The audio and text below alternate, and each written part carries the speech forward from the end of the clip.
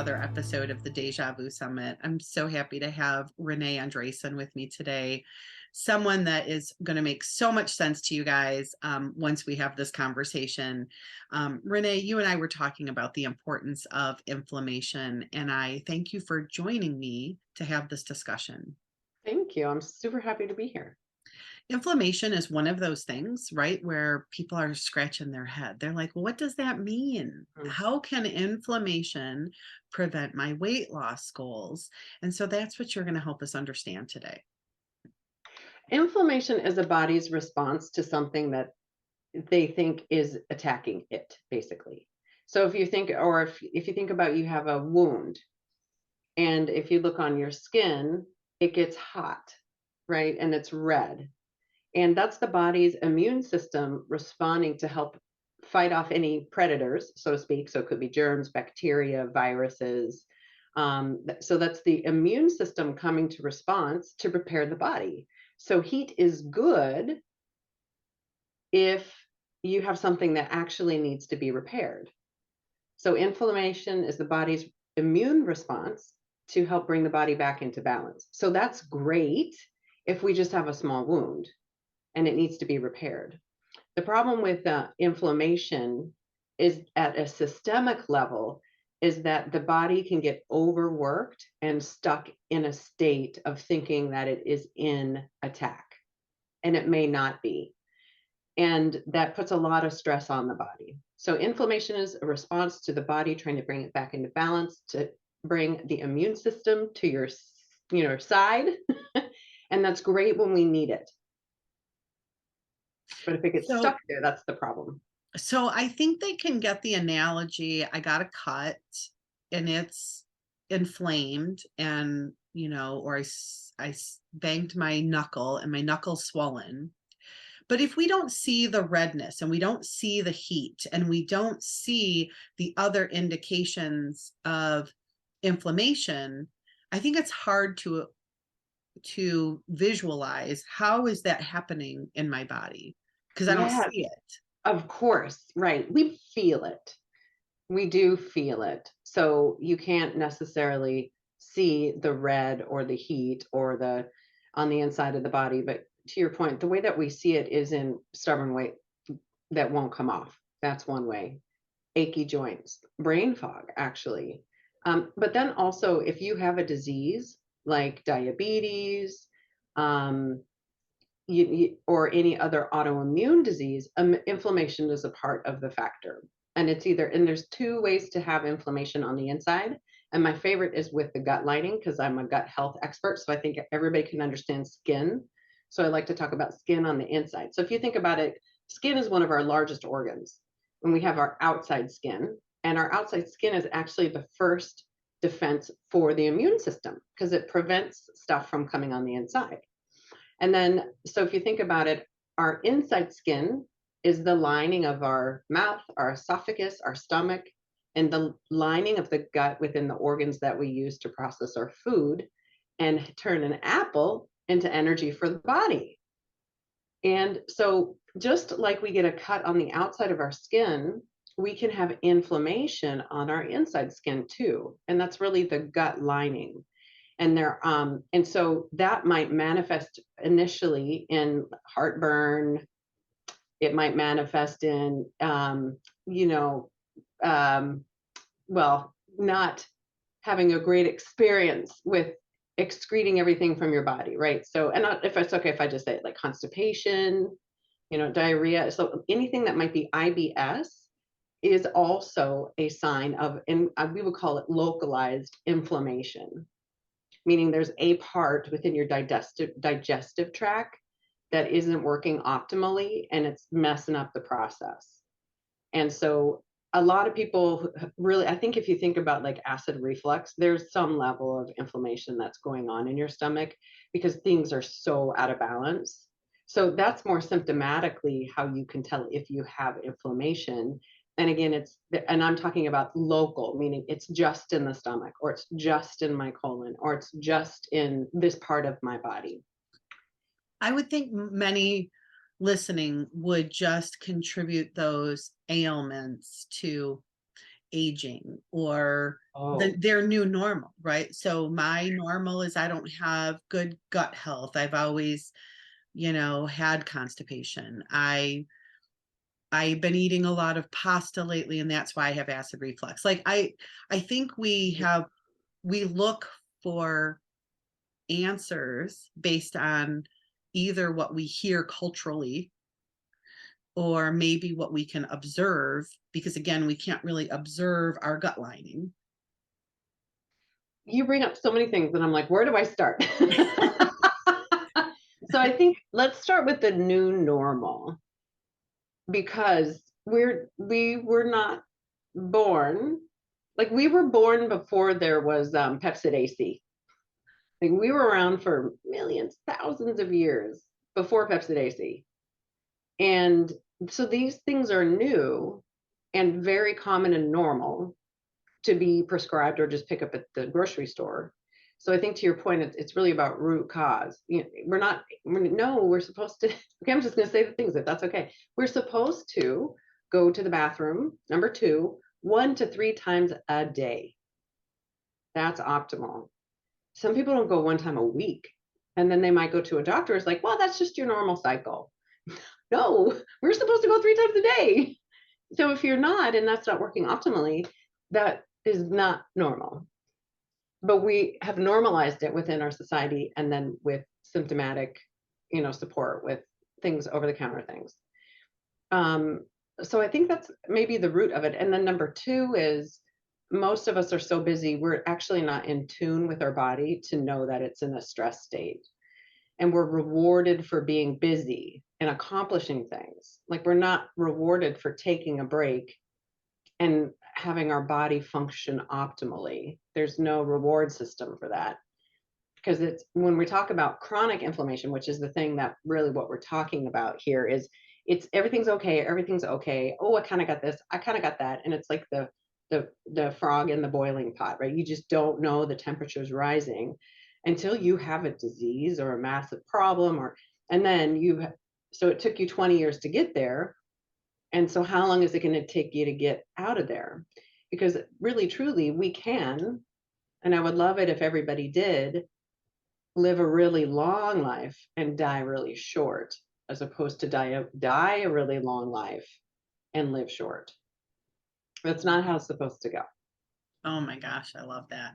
Yeah, there's no reward for self-care, right? We actually we actually think people are being selfish when they talk about practicing self-care, but that is your preventative health care. Mhm. Yeah. Prevention is done through self-care. Yeah. And especially mothers, everybody first, everybody else first. And, so I do a lot of work in this area. And it's funny you brought up self-care and self-love. It's my number one message right now is all of us are first cause before anything else. And especially mothers, because when you aren't functioning optimally, we're not giving optimal love or care to our children. And then what does that do? So again, that's another like root cause. Self-love, self-care, listen to my body, protect my needs. And we got here because most of us are so busy, we've lost, and it's not our fault. It's very important to say that our society rewards busy, productive, successful people. And people tell us we do a good job when we do a lot of stuff. And so it's not our fault. It's just where we ended up. I think it's really raising awareness. And the way that I raise awareness for myself is through the mind body connection. I actually have breathing techniques that I do throughout the day. I meditate. So I'm super, almost maybe like at times too in tune to my body, because then, I'm always like trying to fix every little thing. So I've gone there too. And it's a part of my autoimmune disease story as well. But so, yeah, I think it's really just being in tune with the body to know that normal is I feel fabulous and I wake up every day with a ton of energy and I love my life. Like that should be our baseline for acceptance. Yeah. I left corporate America and had a wellness spa. And part of that was my journey. And then I was helping other people on their health journey. and I was doing mineral body wraps. Minerals are Mhm. very grounding, so is water. Mhm. And Mhm. so the mineral body wraps were water, ace bandages soaked in water and minerals. And I really spent a number of years practicing being grounded and tuned into my body, because when we're in a corporate job and a busy life, we're living up here and we're thinking, thinking, thinking, doing, doing, doing, and we have Mhm. lost touch Mhm. with our body. So I sort of want to anchor that in what you said about losing touch with our body. I would ask people, how are you feeling today? How's your body feeling? And they're like, I don't know. I mean, even when I Yeah. go to the chiropractor will ask me, okay, anything hurting? Like, how are you? And I have to scan my body because we tune out, oh, my right knee is hurting or my Mm. left foot is hurting.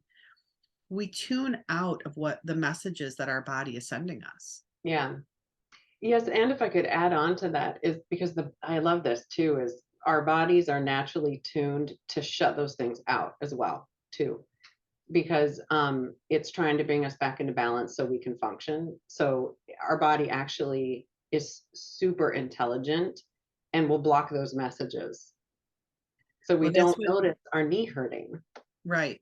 Well, this is what we do as coaches, right? Is we Yeah. help, just like my chiropractor helps me to remember to scan my body and, Hmm. and he's working with my spine and making sure everything's aligned. As health coaches, we're helping people to get back in touch with their body. And most of them wouldn't know the indicators of inflammation Yeah. on their own. Yeah. Yeah. And so if and I do so you know the challenge is chronic inflammation. And we talked about there's localized, like these are the words I use, localized, like, oh, it's just my elbow. And then all of a sudden you're like, oh, it's just my knee and my elbow still hurts. Oh, but my back hurts every morning when I wake up. Oh, it's my, and before you know it, we have this, so it starts as localized. And then before you know it, it's the whole body. And that's when we get in. So one of the triggers of autoimmune disease is chronic inflammation. And so that'll turn stuff on. You know, chronic inflammation can turn into a lot of things we don't like. So I think it's important to talk about, like, how do you know if you have inflammation other than your joints ache? And what I love about this is that you can go to your doctor and you can get tested for certain markers that say whether or not you have, and again I say systemic inflammation, meaning it's not just your knee or it's not just your gut, your whole body is in a state of your immune system is on and overproducing immune cells of a certain kind, which leads to a whole bunch of other stuff. So I would love to share that with people if that's okay. Yeah. And it depends on, you know, what's going on, but the sedimentation rate is the number one thing that a doctor can run for you, so you know if you have systemic inflammation. And it could be temporarily systemic, I'll say that too, because these things can, here's the good news about all this in the body's wisdom, is it can be turned on and it can be turned off. And it's so fun because the way that it gets turned off is actually through lifestyle habits, diet, and meditation, frankly. So it's so fun to know that we have control and it doesn't have to be medicine. That for me is the last stop. So what we first do is we look at lifestyle habits, food, sleep. Oh my gosh. Oh, I could do a whole thing on sleep. Sleep is so critical for inflammation. Okay, so let me stay on track with the markers. So sedimentation rate is the most common one. And there's CRP, which is a less common one that is run. And that's your C reactive protein. And what I like about the CRP is it can tell you if you have inflammation in your gut, CRP. So sedimentation rate is kind of like the all over everything. CRP specifically helps you know what if any inflammation you have in your gut. And and then cholesterol is a massive indicator. If your cholesterol is out of balance, you have inflammation. And I don't know that doctors really talk about it that way, but some of the markers under under cholesterol is an indication of inflammation in your lymphatic system. So CRP, sedimentation rate, and anything that's out of balance with your cholesterol.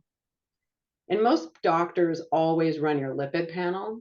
So I would say anybody that's got something out of balance there, that's a big deal. It's huge. And I'll say this too, that Oh, cholesterol is largely regulated by processed food and sugar, not fat. So there's bad fats and good fats, and really, and I think the information is changing about fats in our industry. Um, but it's the bad fats are the processed fats, the trans fatty acids. Um, so anything that has like, it's not coming to mind. I haven't looked at this. I don't eat these foods, so I can't remember. Anything hydrogenated, there we go, yeah. is an inflammation maker. So when it comes to cholesterol, really get educated, know and understand that that's processed food, sugar, and sugar is high fructose corn syrup and cane sugar. Those are the sugars that are problematic. Happy sugars are like honey, molasses, even like monk fruit sweetener. So you're really avoiding sugar cane and high fructose corn syrup. So if we look at food from an inflammation perspective, processed food, sugar, and trans fatty acids, anything hydrogenated is really, that will just change your life if if you get those things out of your diet. Yeah. Yes. I Yeah. love how you simmered that down because, we have Dr. Joe Niflin talking about the scientific research of processed Perfect. foods and Perfect. how they were designed and created to hook us, to make us addicted. And Hmm. really, she's got some new research on different diets that have been used to reverse disease, which is every diet. So it's you can't even argue anymore if this one diet is better than this one. What they all had in common was there's no processed foods. Yeah. Yeah. And I would love to just like strike the word diet from anybody's vocabulary because it's so loaded, and it represents restriction, and then the mind gets all involved, and then once we say diet, then our body's like, you can't tell me not what to do. I'm going to do all the things. So you're really fighting yourself. So I just like to think about like the way I eat is like this. I find Yep. that when I eat these things, I feel better. I find that when I don't eat these things, I get puffy. So I really think I like to talk about food in a more symptomatic way. Yeah. And there are foods that help my body, and there are foods that harm my body. Yeah. I've been on this journey for 15 years and I will still have people say, are you on that diet? And I'm like, What day? I'm not on a diet. I have a lifestyle though, where Yeah, yeah, there's things I don't eat. I yeah. won't, can't. Can't, Will right? not subject my body to that again. Yeah. And my body reacts pretty quickly now because it knows how good it feels without those things. You nailed it. So that's the new normal. So you've got to the point where your new normal is I feel great and energetic every day. Hmm. And so it's really easy. And that's such a great feeling, and so when that's for me anyway, and I'll say that because I've had autoimmune disease, I mean, you could still say I have it, but it's not active, right? Um, I don't feel that anymore. My days are great. So it's a really interesting thing that happens if I wake up and I don't feel great, because there's still this association with like, oh my God, am I getting sick again? So there's also, once you clear the body, you've also got to clear the mind, and the memory, the mind memory of that thing. So all of it is reversible. And again, it's processed foods are just really the greatest challenge that we have. Um, and that's a whole nother topic. But the point is eating things that are natural from the ground, or a tree or an animal, natural as much as possible, is those are the foods that help and heal. So I look at those foods as medicine, actually. I agree. Yeah. You mentioned a couple things. So I want to talk about how we reduce inflammation because here we are setting New Year's resolutions, we're setting goals, and people, of course, want to lose weight or they're seeking optimal health. Like, how do I improve my health? And you talked about breath work, you talked about meditation, Hmm. and really a healthier lifestyle. And I know people don't think it's as simple as that. They probably think they need some Mhm. drug to reduce the inflammation in their body. But can you talk a little bit more about things that people could start today that starts reducing inflammation? Yeah, well, so I think we talked about food. So food is probably the number one thing you can do is and protection is the same thing as detoxing, so to speak, meaning if we don't put it in, we don't have to get it out. So if we don't put the toxins in, we don't have to get the toxins out. So that's like, so, and then your baseline is like, I'm a happy human being and I get to advance into greater happiness and love and like with my friends. So number one is just, dairy, wheat, sugar. Yeah, get them out of your diet. That's number one. Dairy, wheat, and sugar. Number one. Number two is taking a break throughout the day. So the nervous system is another contributor to inflammation. And so there's this hormone called cortisol. Everybody probably has heard of cortisol. And cortisol is intended to be temporary to help us get away from danger or respond to something quickly. And so if we, and then the body is designed to reduce cortisol. So it peaks and it drops and it peaks and it drops. And it's not supposed to do this every day, all the time you get an email. It's supposed to do it when we're actually under a threat and something is threatening our life. So if we are in a stressed state constantly, and then we produce a bunch of cortisol, that results in inflammation. And so the way that we prevent our cortisol from doing this all day is we breathe. Mhm. You just breathe. It's free. I love it. It's free. It's with you wherever you go. Your breath, I mean, I could do a whole thing on breath. I know we don't necessarily have time, but so your diaphragm is really the portal to calm. It's the portal to relaxation. So your breathing, your breath is the way to control the part of your body that we don't automatically, we don't know. So you can't control your heart rate by thinking beat slower. You can't control your digestion by thinking digest better. So the breath is actually triggers a nerve that runs from your stomach up into your brain that tells your brain I'm calm and I can relax, or I'm running from a tiger. And frankly, just your breath and how shallow or long it is, and where you breathe instantly sends a signal to the brain, I'm calm, turn on the calm stuff, or I'm under attack, turn on the attack stuff. So just your breath is the greatest portal to reducing inflammation. Oh my God, I love that analogy. So I'm a type A personality, so I was always uh, knotted up in my Oh yeah. thoughts and worry. And then what happens when we're knotted up in our brain, I now can tell like I'm knotted up in my gut. Yes. And when that happens, I'm breathing really shallow. And so you're right. The diaphragm down here is cannot move Yeah. because of the stress. And Right. so it is when I did my yoga teacher training and learned like I needed to stretch, I needed to open up and I needed Yeah. to It's one of my breathe. favorites. Yeah. And it Heart took openers. me, Yeah. yes, it took me a long time. I didn't have a coach to explain that. It was through self-discovery. But these are shortcuts of like working with you. Someone can learn these tips and these techniques. Yeah. Thank you. Yeah. And like that, I'm always so surprised about that because I mean, truly, the stuff that I really do that I train. So in my sessions, we actually go through finding your stomach, understanding where the diaphragm is, and if I'm with somebody in person, I'll actually put my hands on them, or I'll have them put their hands on me. So I had this one of my clients last week. Oh my gosh, I mean, her digestive problems are very severe, and she's older, and she had a lifetime of doctors not diagnosing or helping. And so she's addicted to Pepsid AC or, acid blockers. And she's in her 60s, I believe.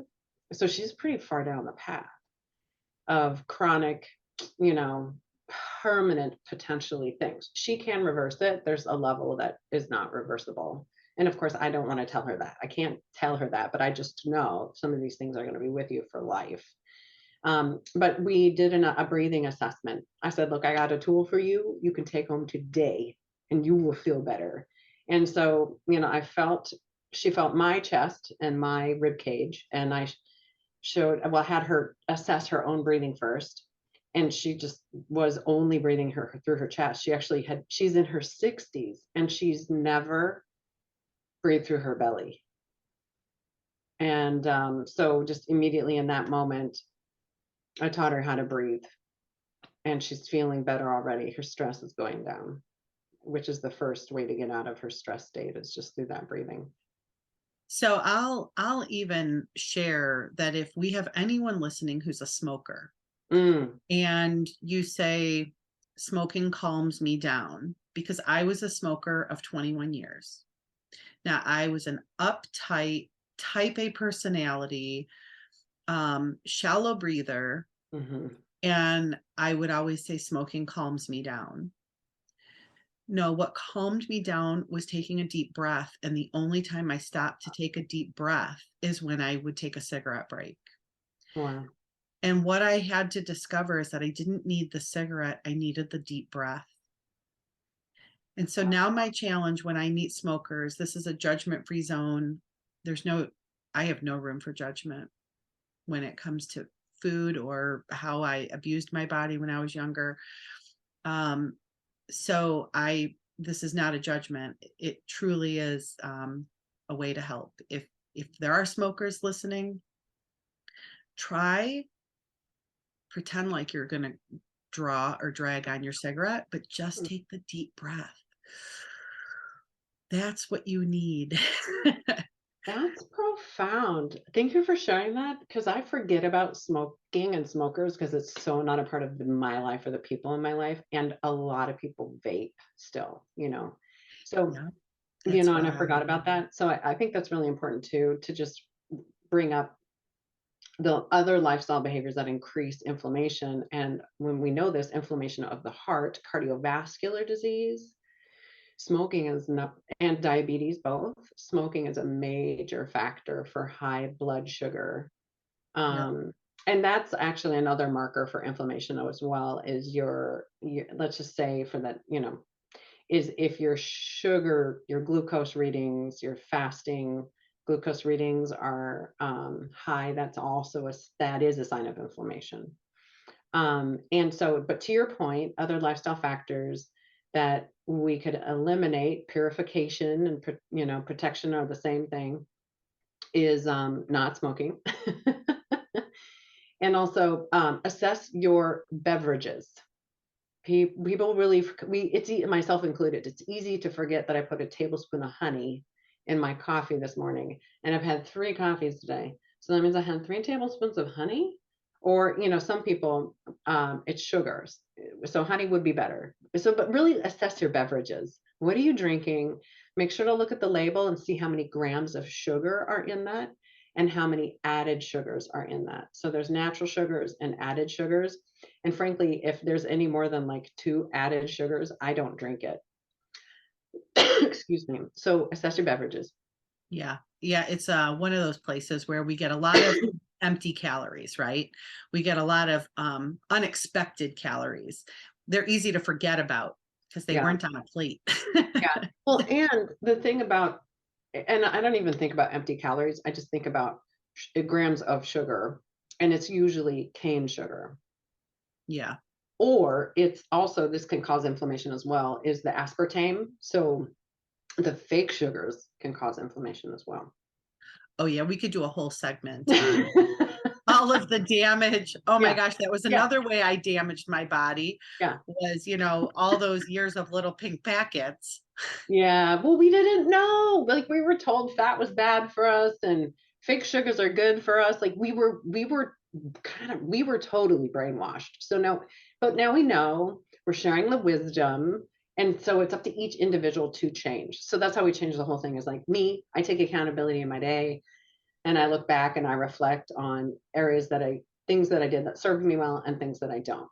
And I can choose. I don't care. I like that chocolate. I'm going to keep eating that chocolate because that's my thing. And I eat chocolate, but I only eat the best chocolate, that's Yes. got the good stuff in it. So I bring up these points because we all have so much control, and the controls in our decision making. And some of these choices will actually help us save money. Oh my gosh, I couldn't agree more. People always say, I'm actually glad you said that. Um, People always say it's too expensive. And I say, trust me, you will save money. Might take you a few months, but you will start seeing it will level out and you will start saving money. Yeah. Yeah. Yep. And the way that we save money is we're not buying the quick and easy food at the grocery store that's overpriced, or we're not drinking that $5, $6 latte. Like, we're saving $6 a day by not drinking that sugary latte. Yep. And then also the longer term savings is less doctor bills, less doctor visits, less time with the doctor. I know people who don't go to their doctor for 2 years, and I'm like, you should just go, just so you know what your baseline is. But Yeah. some people, But they have yeah, regular. less supplements though, less Oh yeah, prescriptions, less. And yeah, what I've told my clients for years is you don't want to get on something that is a controlled substance. Even yeah. it's, Oh man, it is a controlled substance. They can raise the price anytime. They could take it off the market. They could make it difficult. Why would you want to be dependent on yeah, any type of controlled substance? It could be harmless like metformin. Okay. It could just be metformin. But, you know, if there's a shortage, if they raise the price, look what they did with the inhalers, right? Or was yeah, it the EpiPen? Something that they raised the price like yeah, 1,000%. It is a controlled substance, yeah. which means you are not in control. And we're done. Yeah. Because I like control.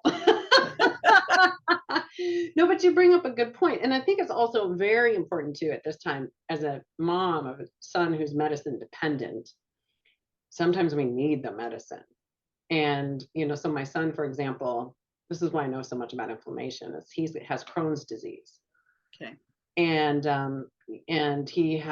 we started with, and this is why I know this so well, is this is the it's HSCR. There's different CRPs, but HSCRP is the blood marker for inflammation, and calprotectin. So everybody should get tested for calprotectin. And by the way, when it comes to inflammation, the only number you want is 0. There's an acceptable range of inflammation. It's 0. So don't listen to that when your doctor's like, it's not that high. It's under 1. But if it's registering, you have it. That's super important. So my son, we use food as medicine to control inflammatory bowel disease, which is an autoimmune disease. There's a difference between IBS and IBD.